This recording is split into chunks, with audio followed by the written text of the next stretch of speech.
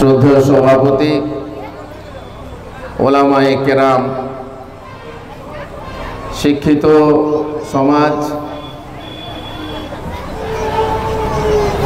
এই মঞ্চে উপস্থিত এবং সামনে যারা উপস্থিত, সকল উপস্থিতি, পর্দার আড়ালে এই গ্রামের বহিগ্রামের মা ও বোনেরা, দিন দরদি ভাই ও বোনেরা এবং এই গ্রামের যারা যুবকবৃন্দ, সকলকে আমার পক্ষ থেকে ধন্যবাদ জানাই। মহান আল্লাহর শত প্রশংসা যে গ্রামে গ্রামে কিছু কিছু না, অনেক অনেক যুবক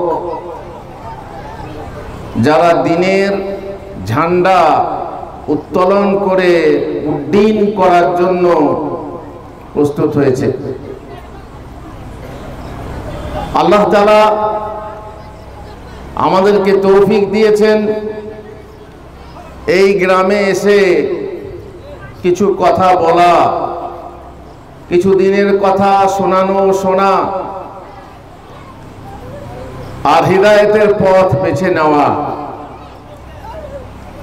শত সহস্র দুরূদ ও সালাম বর্ষিত হোক মুহাম্মদুর রাসূলুল্লাহ সাল্লাল্লাহু আলাইহি ওয়াসাল্লাম। আপনারা যখন থেকে বক্তৃতা শুনছেন, ওয়াজ শুনছেন, জলসা শুনছেন, প্রায় বিদআত কথাটা শুনে থাকেন। বিদআত কেন এত বিদআত নিয়ে কথা হয়? বিদআত কেন এত খারাপ জিনিস? বিদআত একটা রোগ, যে রোগ খুব দ্রুত ছড়িয়ে পড়ে। বিদআত কিন্তু প্রচার করতে হয় না। আপনি কোনো জুমার খুতবাতে শুনবেন না যে নতুন বাড়ি করলে মিলাদ পড়তে হয়, আপনারা মিলাদ পড়ান ইত্যাদি ইত্যাদি, কিন্তু সে তলায় তলায় বেড়ে চলে। সুন্নাহ প্রচার করতে হয়। আজ সুন্নাহর জায়গায় বিদআত দখল করে নিয়েছে। কোন জিনিসের প্রকৃতত্ব, আসলত্ব যদি বহাল ও বজায় রাখতে হয়, তাহলে তার দুটো জিনিস তার জন্য করতে হবে। এক, তা যেন ক্ষয় না পায়, ক্ষয়ে না যায়। আর দুই, তার যেন পরিবর্তন না ঘটে। ইসলাম যদি তার প্রকৃতত্বে থাকে, রাখতে হয়, তাহলে বিদআতকে প্রতিহত করতে হবে, নচেত ইসলামের আসলত্ব, ইসলামের প্রকৃতত্ব বিলুপ্ত হতে থাকবে। তাই ওলামারা এত চেঁচাচেঁচি করে বিদআত বিদআত বিদআত করে থাকেন। আরে ভালো জিনিস তো, আরে ভালো জিনিস হলেও সেটা বিদআত। বিদআত মানে যার দলিল নেই, শরীয়তে যার দলিল নেই। এই জন্য যত বিদআত ও কুসংস্কার আমাদের দিন রূপে প্রকাশ পেয়েছে, আর কুসংস্কারগুলো বেশি প্রকাশ পেয়েছে নিসাই হাদিস থেকে। নিসাই হাদিস বোঝেন? নাসাই নয়, নিসাই, মেলি হাদিস। আমরা জুমার খুতবা শুনি, পুরুষরা বাড়িতে যায়, কোন পুরুষ কি আছেন যে তার স্ত্রীকে বলেন আজকে ইমাম সাহেব খুতবাতে এই কথা বললেন, বা তার মেয়েকে বলেন, মাকে বলেন বা বোনকে বলেন যে আজকে জুমার খুতবাতে ইমাম সাহেব এই কথা বললেন? হাত তুলতে দেখি, কটা পেলেন? তাহলে যদি জুমার খুতবা সপ্তাহান্তে একবার স্মরণ করিয়ে দেওয়ার জন্য জুমার খুতবা হয়, আর সেখানে পুরুষরা অংশগ্রহণ করে, রসদ গ্রহণ করে বাড়ি ফেরে, আর বাড়িতে সেটা প্রচার হয় না, আর তার মানেই বাড়ির যে মহিলারা আছে তারা সে সম্পর্কে অজ্ঞ থেকে যায়।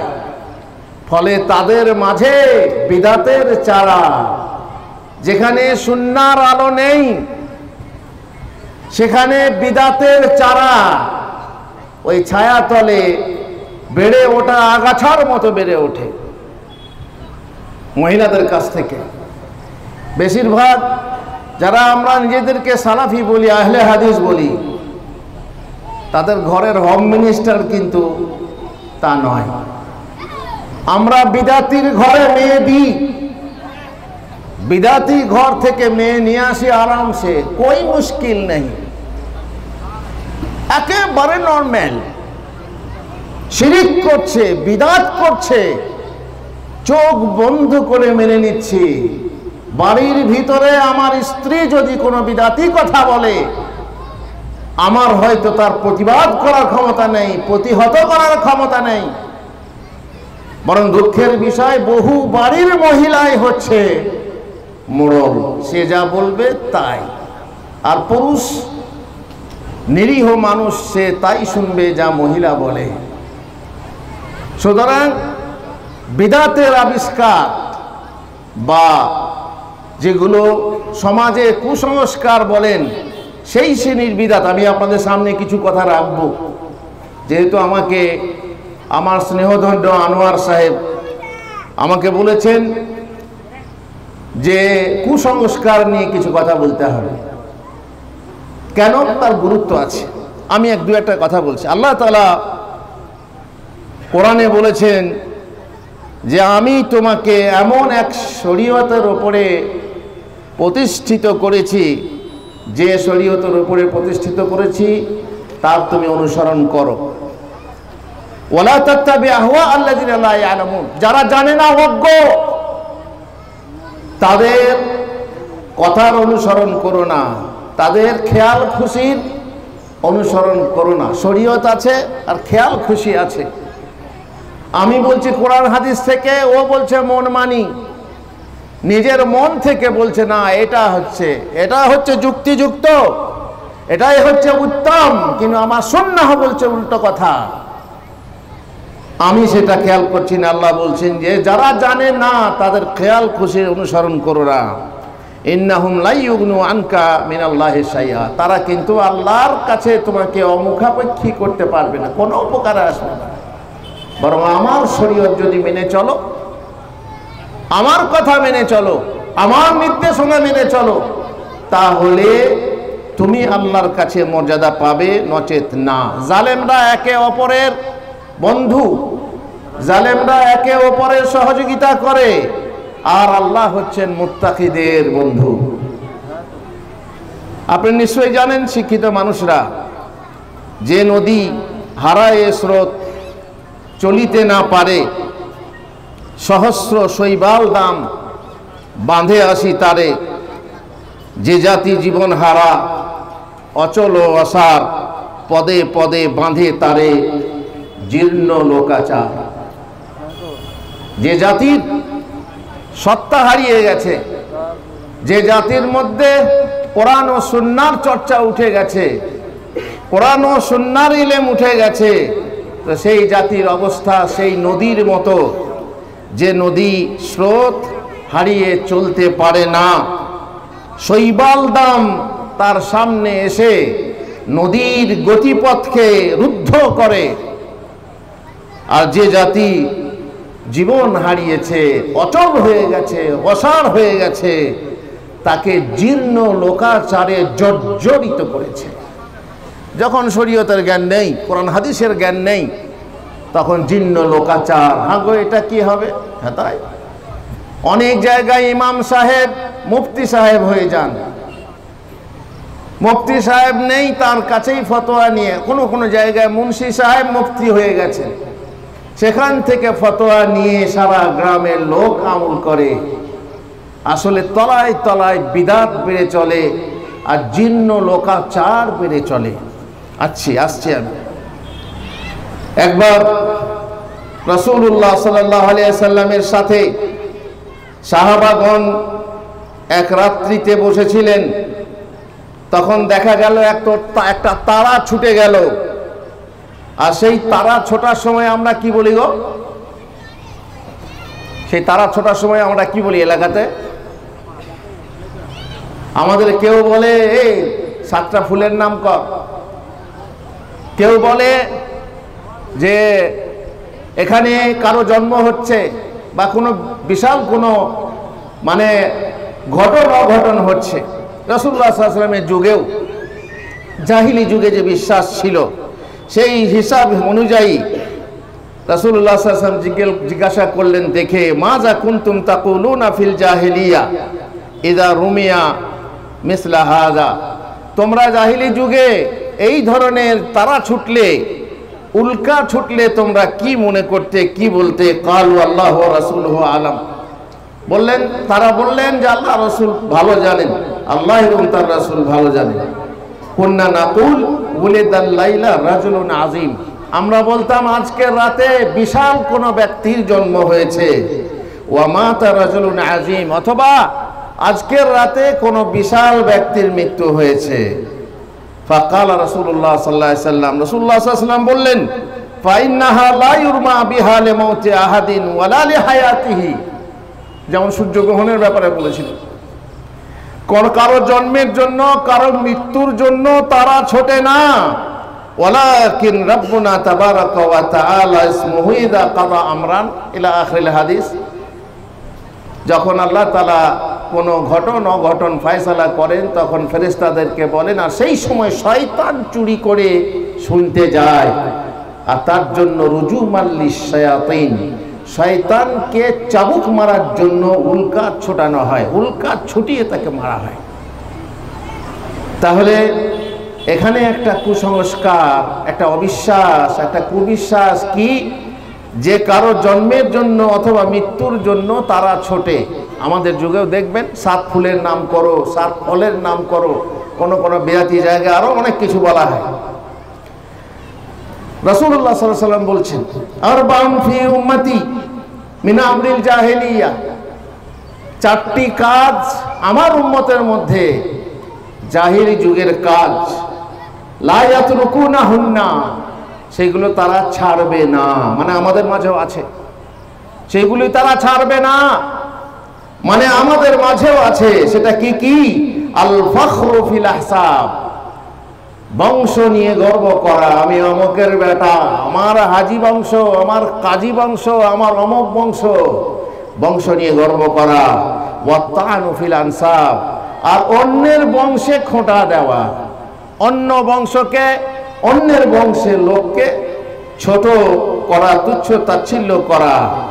ওয়াল ইস্তিসকা বিন নুজুম, এবং তারকার মাধ্যমে বৃষ্টি প্রার্থনা করা, আশা করা, অমুক তারা এই জায়গায় এসেছে, বৃষ্টি হবে। আমরা দেখতে পাই পেপারে তারকা গণনা করে বৃষ্টি অনাবৃষ্টির কথা বলা হয়। এই যুগেও আছে, জাহিলি যুগেও ছিল।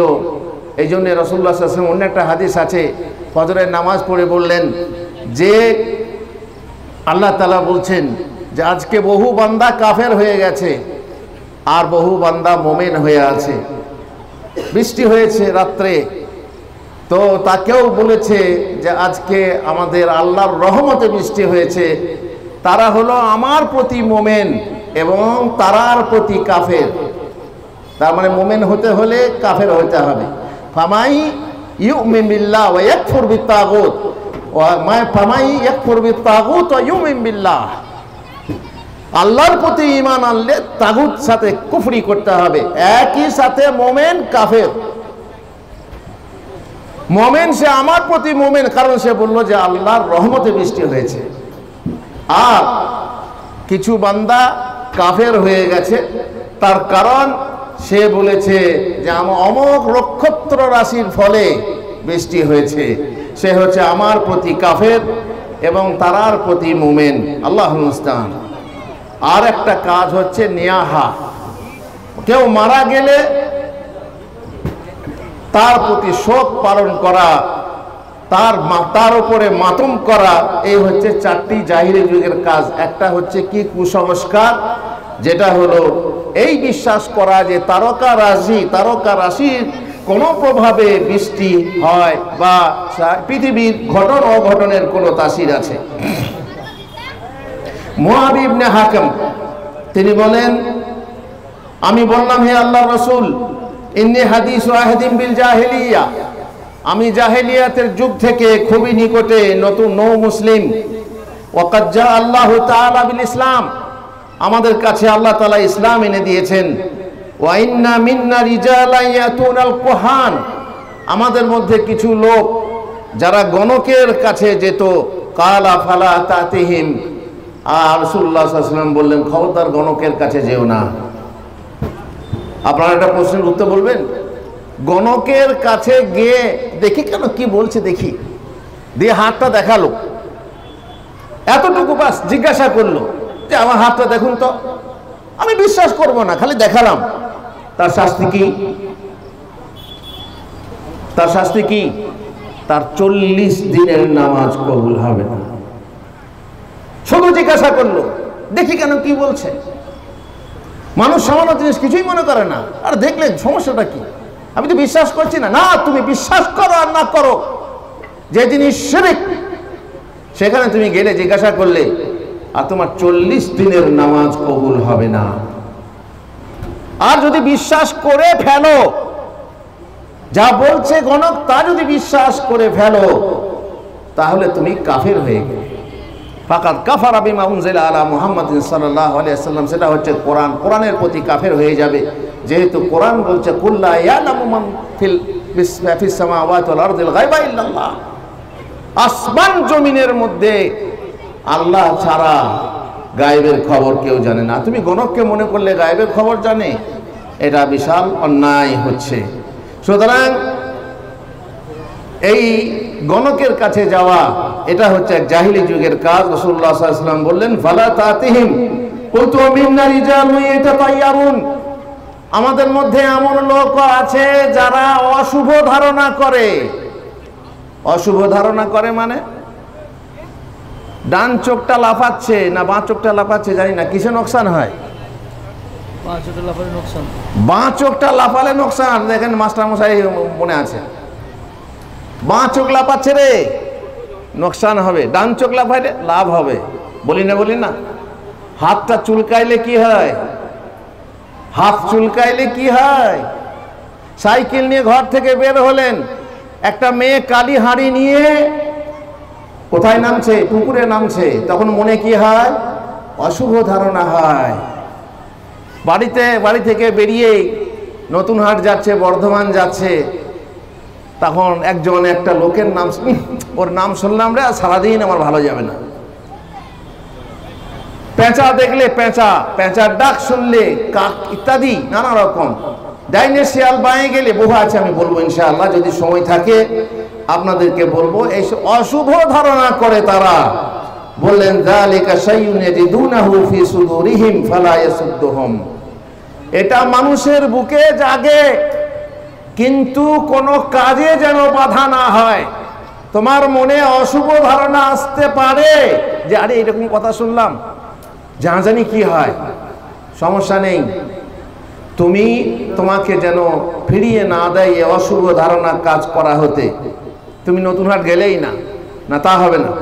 তুমি বেরিয়ে যাও, আল্লাহর উপরে ভরসা করো। আরেকটি বললেন কানা নবী কি বলে, অমিন্না রিজালুন ইয়াখুত্তুন, আমাদের মধ্যে কিছু লোক দাগ টেনে গায়েবের খবর বলে। দাগ টেনে দেখেছেন? হাত চালানো দেখেছেন আপনারা? হ্যাঁ, ঘর এঁকে দিয়ে আপনার কোন কোণে সাপ আছে বলে দেবে, ফুঁক দেবে। আবার কেউ জড়ি লাগায় ওপরে দিয়ে বলে দেবে এই কোণে সাপ আছে। কেউ আবার ঝাড়ফুঁক করে বিষ হয়েছে না হয়নি বলে দিতে পারে। এই তো বিজ্ঞান বিশ্বাস করেই না, আমরা বিশ্বাস করি মুসলমানরা, যেহেতু আমাদের এই কুসংস্কার থেকে গেছে, জাহিলি যুগের কুসংস্কার। রাসূলুল্লাহ সাল্লাল্লাহু আলাইহি ওয়াসাল্লাম বললেন কানা নাবিয়্যু মিনাল আমবিয়া ইয়াখুত, নবীদের মধ্যে একজন নবী এটা করতেন। ফামান ওয়াফাকা খাত্তাহু ফাজা, যদি তোমাদের কারো হাত কারো খাত সেই নবীর মতো হয় তো চালাও করো, কিন্তু এটা কি সম্ভব? না, জাহিলি যুগের কাজ। আরো শুনুন, আবু বকর সিদ্দিক রাদিয়াল্লাহু তাআলা আনহু তিনি আহমাস গোত্রের এক মহিলার কাছে গেলেন যার নাম ছিল জাইনাব। ফারাআহা লা তাতাকাল্লাম, তো দেখলেন যে তিনি কথা বলছেন না। ফাকালা মা লাহা লা তাতাকাল্লাম, বলেন কি ব্যাপার, মহিলাটি কথা বলছে না কেন? হজ করতে এসেছে, হজের ময়দানে কথা বলছে না কেন? তো লোকেরা বলল হাজ্জাত মুসমিতা, সে কথা না বলে হজ করার পরিকল্পনা করেছে, কথা না বলে হজ করার পরিকল্পনা করেছে। এটা শরীয়তের উপরে এক ধাপ উঁচু করে তুমি নিজের মন মানি বললে যে আমি হজ করব, কথা বলবো না, আমি নজর মেনেছি, যত কষ্ট তত সওয়াব, আমি ছায়া গ্রহণ করব না, রোদে দাঁড়িয়ে থাকবো আল্লাহর ওয়াস্তে। এক মসজিদে গেলাম, সেখানে তখন ফ্যান আসেনি, পাখা, তাল পাতার পাখা রয়েছে, পাখা ঘোরাচ্ছে একজন। তখন এক ভাই, পাখা ঘোরাচ্ছিস কেন? কষ্ট কর, কষ্ট করলে বেশি সওয়াব পাবি। কষ্ট করলে সওয়াব আছে এটা আমরা মানি, কিন্তু কষ্ট নিজে থেকে ডেকে নেবো, নিয়ে সওয়াব নেবো, এটা নয়, এটা বোকামি বুদ্ধি।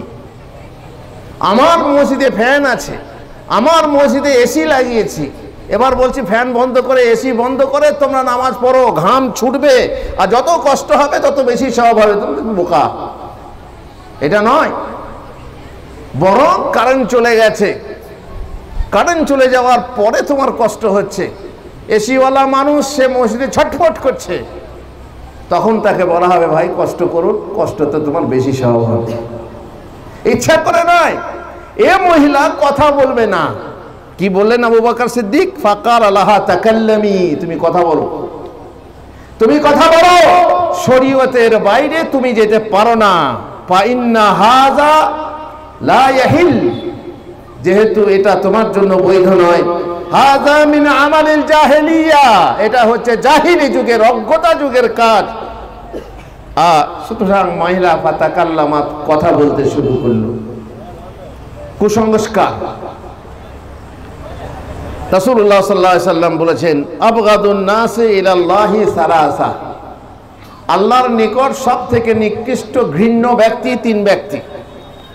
মুলহিদুন ফিল হারাম, যারা হারাম শরীফে, মক্কা মদিনার হারামে তারা এমন কাজ করে যেটা ইলহাদ, যেটা কুফরি, যেটা খুবই গর্হিত কাজ।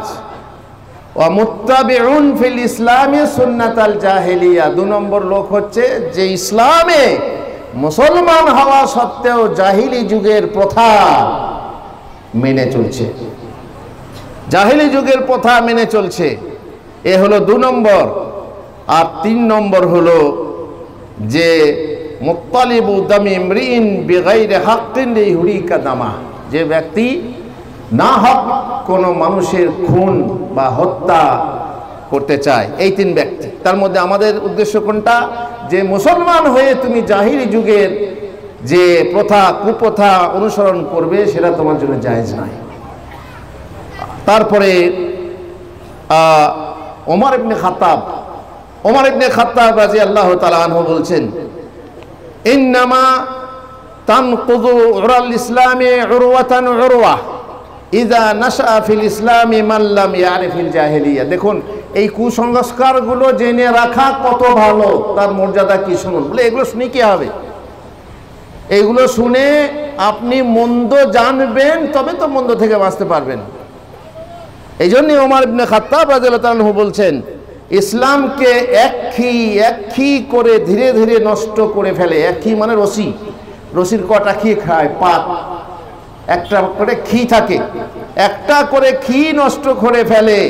যে ব্যক্তি ইসলামে লালিত পালিত হয় আর জাহেলিয়াতকে চেনে না, তার মানে যেমন ইসলাম চিনেছ তেমনি তোমাকে জাহেলিয়াত চিনতে হবে। ইসলাম রশির খি একটা একটা করে নষ্ট হয়ে যাবে যদি ইসলামে এমন ব্যক্তি লালিত পালিত হয় যে জাহেলিয়াতকে চেনে না। বুঝতে পারছেন ব্যাপারটা? আসলত্ব বহাল রাখার জন্য আপনাকে জানতে হবে কোনটা আসল কোনটা নকল। সোনা চিনতে হবে জৌহরি হয়ে যে কোনটা আসল কোনটা নকল। যদি তা না করতে পারেন, আপনি আসলত্ব রক্ষা করতে পারবেন না। আর আলোকলতা আপনারা জানেন, একটা গাছের ওপরে, আমাদের সাধারণত বেল গাছের ওপরে, তারপরে কাগজি লেবুর গাছের ওপরে আলোকলতা, যেটা হলুদ রঙের লতা হয়, গাছটাকে ছেয়ে ফেলে। সেটা শুরু থেকে যদি আমরা সরিয়ে না দিই, ছিঁড়ে না ফেলি, ছেড়ে দিই, আস্তে আস্তে সে আসল গাছটাকে নষ্ট করে ফেলে। এই আলোকলতা এসে যেটা কোনো উপকারী না, ক্ষতি করে, গাছের ক্ষতি করে।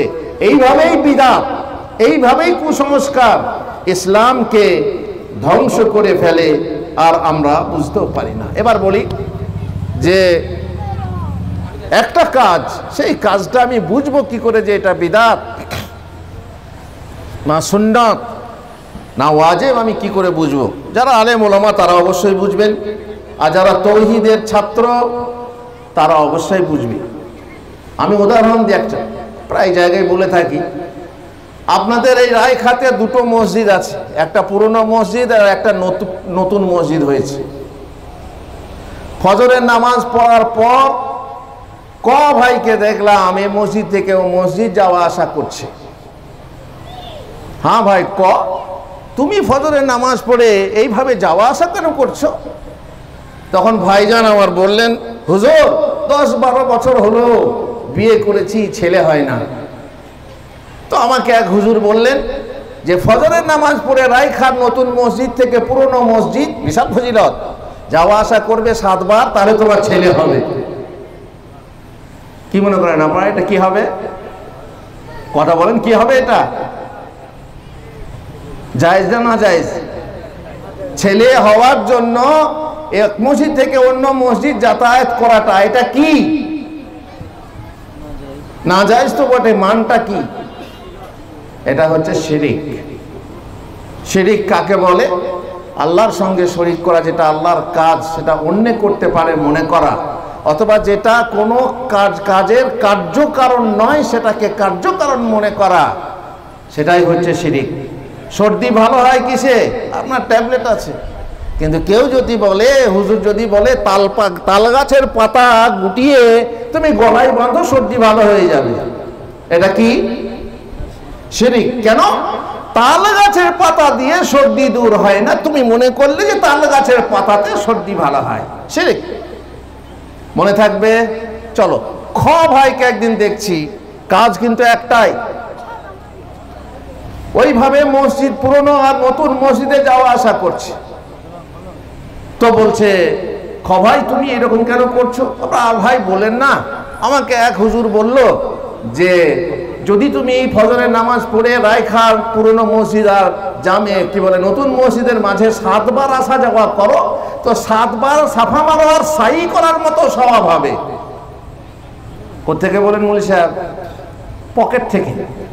এরকম পকেট থেকে স্বভাব বলার বহু আলেম আছে, পকেট থেকে স্বভাব বলার বহু মৌলী সাহেব আছে, তারা পকেট থেকে স্বভাব বলে দেয়। তো কি স্বভাব বললো? যে সাফা মারোয়ার সাই করার সমান স্বভাব হবে। এর মানটা কি? একে কি বলা হয়?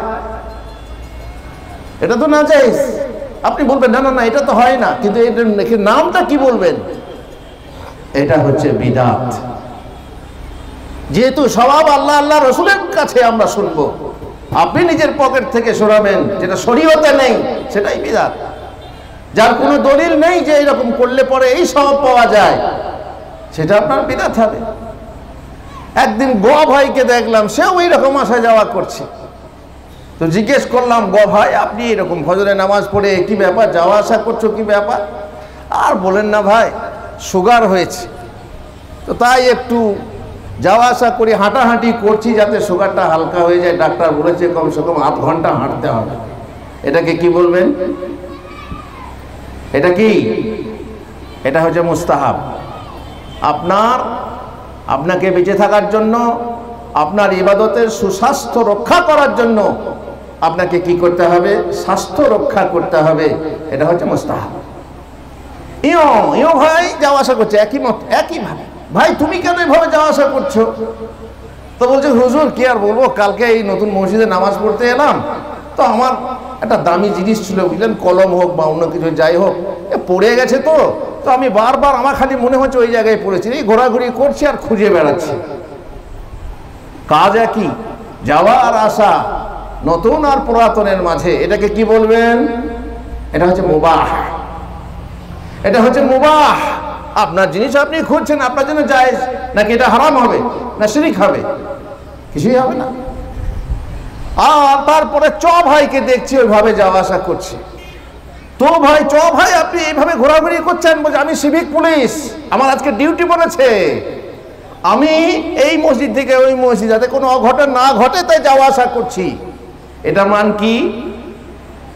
এটার মান হচ্ছে ওয়াজিব। যে ভাইরা ডিউটি করছেন, ডিউটি পালন করছেন, উনি বসতে পারবেন না, কত কষ্ট করে পালন করছেন, এটা ওয়াজিব। ডিউটি পালন করা ওয়াজিব। এমনকি ডিউটি ছেড়ে কোরআন পড়াও যায় না। আপনি ডিউটি দোকানদারি করছেন,